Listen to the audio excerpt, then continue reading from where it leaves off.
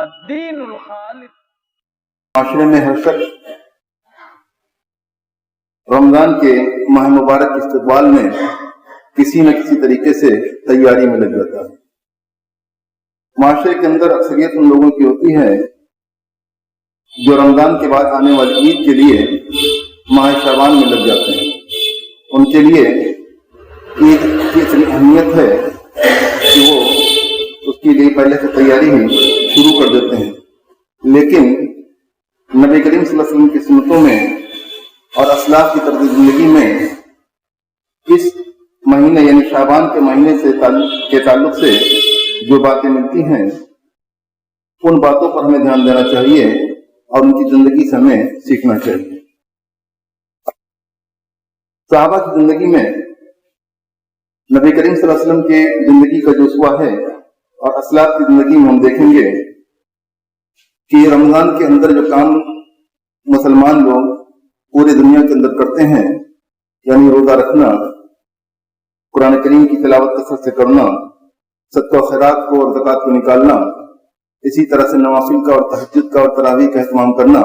یہ ساری دنیا کے اندر ہوتا ہے. جو کچھ رمضان میں مسلمان کرتا ہے اسی کی ابتدا و آغاز وہ ماہ شعبان کے اندر ہی کرنے لگتا ہے. اس لیے کہ رمضان کے استقبال کی سب سے بہترین صورت ہے اور یہی ہمارے اسلاف کی زندگی میں اور نبی کریم صلی اللہ علیہ وسلم کی اسوا میں ہمیں ملتا ہے کہ جو کام ہمیں وہاں کرنا ہے اس کی ابتدا اور آغاز ہم یہیں سے کریں. اور ایک چیز یہ بھی ہے کہ رمضان کے مہینے میں عموماً مسلمان اپنے اموال کی زکوٰۃ نکالا کرتے ہیں. تو اس کا حساب و کتاب بھی اسی ماہ مبارک اسی شعبان کے مہینے میں انسان کر لے تو بہت بڑی زحمت سے کہ رمضان کے اندر یہ ابتدائی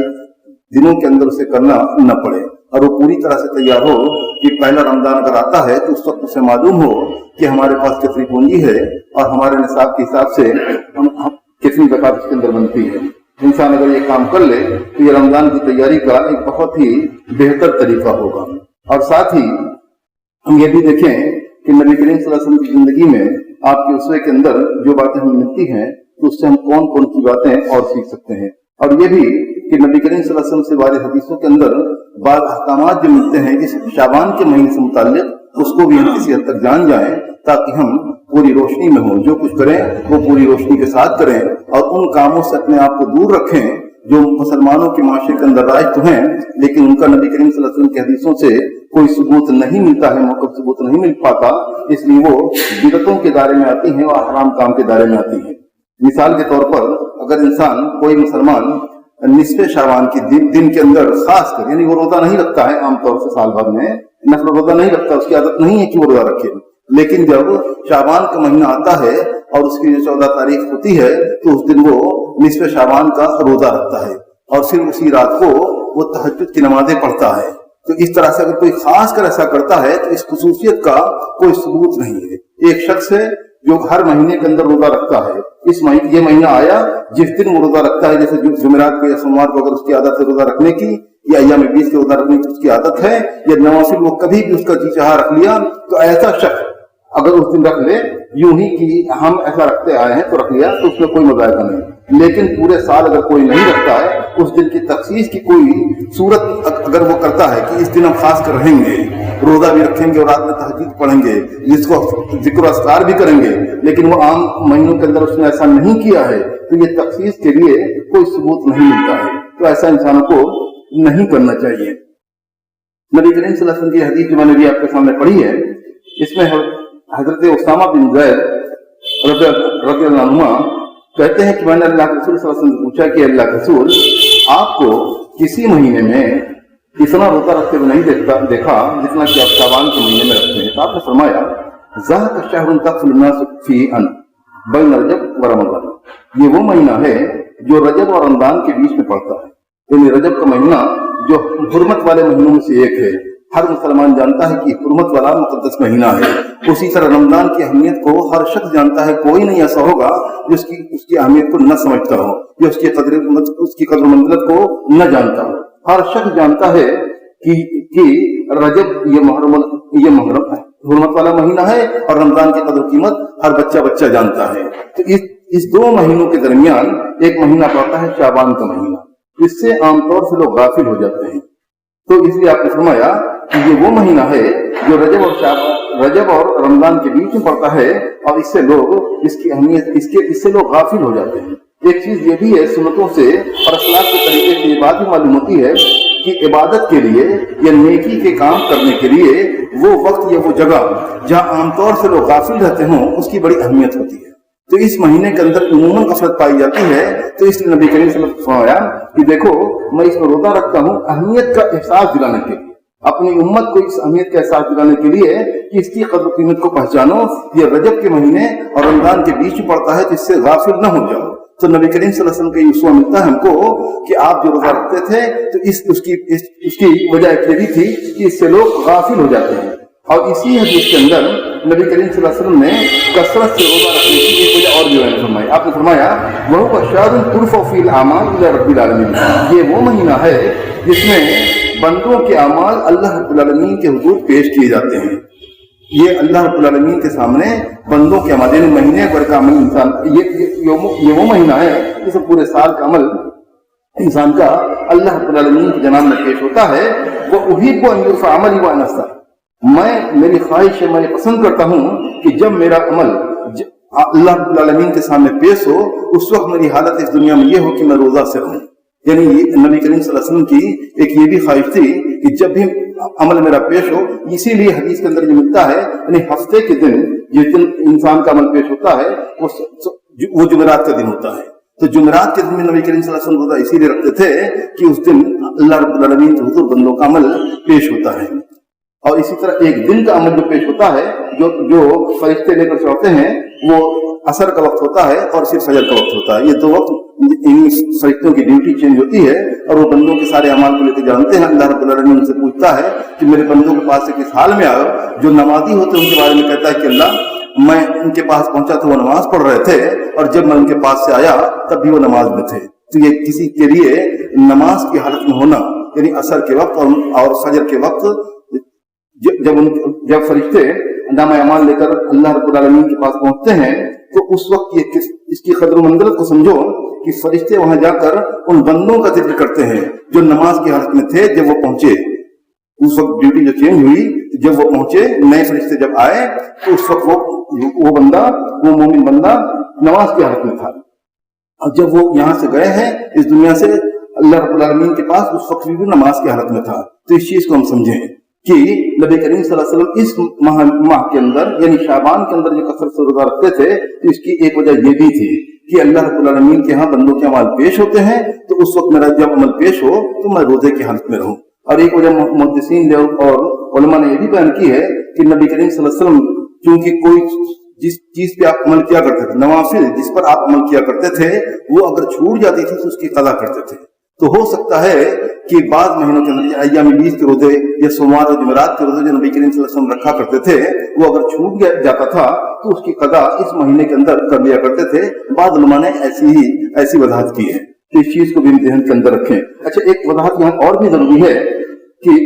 صحابیات جو تھیں خاص کر مطالعات کے تعلق سے حدیثوں کے اندر یہ بات ملتی ہے کہ وہ اپنے چھوٹے ہوئے روزوں کی جو فرض روزہ تھا یعنی رمضان کا روزہ جو فرض روزہ ان کا چھوٹ جاتا ہے اس کی قضا وہ یعنی اسی سال اخیر میں رمضان کے آنے سے پہلے شعبان کے اندر کیا کرتی تھی۔ یہ حضرت عائشہ رضی اللہ عنہا کا بھی بیان ملتا ہے۔ تو علماء نے یہ بھی کہا ہے کہ انسان کا جو روزہ چھوٹ جاتا ہے، رمضان کا روزہ یعنی فرض روزہ چھوٹ گیا، اس کی قضا اسے جلد از جلد کر لے۔ تاخیر جو کرنی ہے تو شعبان تک وہ تاخیر کر سکتا ہے، یعنی کہ اگلا روزہ آنے سے پہلے اس کی قضا انسان کر لے۔ اگر وہ نہیں کرتا ہے اور بلا کسی عذر کے وہ روزہ چھوٹ گیا اور رمضان آ گیا تو وہ ایک طرح سے گنہگار ہوتا ہے، یعنی انسان کو جو قضا کرنی ہے تو وہ شعبان کے اگر اس نے نہیں قضا کی ہے، فرض روزوں کی قضا جس سے چھوٹی ہے اور اس کے پاس کوئی عذر نہیں ان روزوں کو چھوڑنے کا، تو اس کی قضا اس مہینے کے اندر کر لے۔ یہ غنیمت موقع انسان کے لیے ہوتا ہے جب ماہ رمضان کی آمد ہوتی ہے، انسان کا رجحان نیکیوں کی طرف چلا جاتا ہے اور انسان رمضان کی تیاری میں لگتا ہے۔ یہ بہت ہی مناسب موقع ہوتا ہے کہ انسان اپنے چھوٹے ہوئے روزوں کو یاد کرے اور اس میں روزہ کو رکھے۔ تو یہ بات بھی ہوگی، یعنی وہ روزہ تو قضا کر رہا ہے لیکن دوسری طرف نبی کریم صلی اللہ علیہ وسلم کی سنت تھی کہ کثرت سے اس مہینے کے اندر روزہ رکھتے تھے، تو اس کی بھی